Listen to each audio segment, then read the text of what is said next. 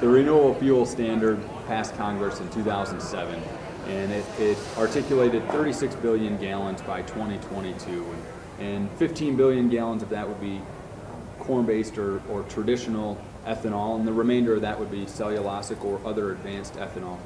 As we progress towards that 2022 timeline, EPA has taken the opportunity to off-ramp some of those. Your thoughts on renewable fuels, the renewable fuel standard, as we continue to inch our way towards 2022? Well, a couple things. This is a very complex issue. We've had a number of hearings. They've been bipartisan in the Energy and Commerce Committee last year. We're trying to broker a deal. I want certainty here. And of course, we've got some interest, oil and gas primarily, particularly from Louisiana and Texas. They want no ethanol, zero. They want to go to that. We know that we've got a lot of folks throughout the Midwest particularly, and they've invested, maybe hundreds of millions of dollars collectively on what they thought was going to be a program. And we've also had declining use of gasoline. And of course, an increase that's pretty dramatic over the next couple of years. It's almost going to literally double or triple the use of ethanol. And of course, as you do that, how does that work? Well, that means we go from E10 to E15 to E25 to who knows where. And we're also very concerned about the equipment, the engines that use that.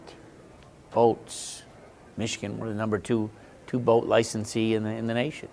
Snowmobiles, cars that are still running, that were built 5-10 years ago.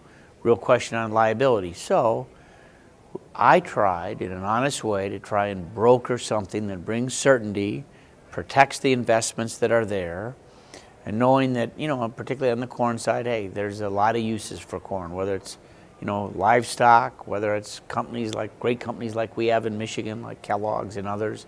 Obviously, this is a very important issue. But try to see if we could bring everyone to the table and broker something that made some sense. And at the end of the day, EPA came out with some regulations that were proposed. Negotiations literally stopped dead. Folks walked away from the table, so we're where we are. I don't know what EPA is going to do with these regulations. They're proposed regs. The comment period ended the end of last year, 2013. I think their intention is in the next couple months to make them final. But until we know what the deal is, there is great uncertainty, not only for this year, but next year. Some of the conditions with the blend wall, there's this thing called RIN, and there's an extra payment that has to be made by the refiners. And that RIN price was 2 years ago, it was 3 or 4 cents a gallon. Last summer it was $1.35, $1.40. It's going up again now in the last couple of weeks. So the quicker we can bring some certainty to this, I think the better. But we're anxious to see, the bottom line is, I guess you could say, we're anxious to see what EPA determines. They're there. Knowing that we couldn't get the negotiations restarted again, we'll see where things take us, and don't know the answer quite yet.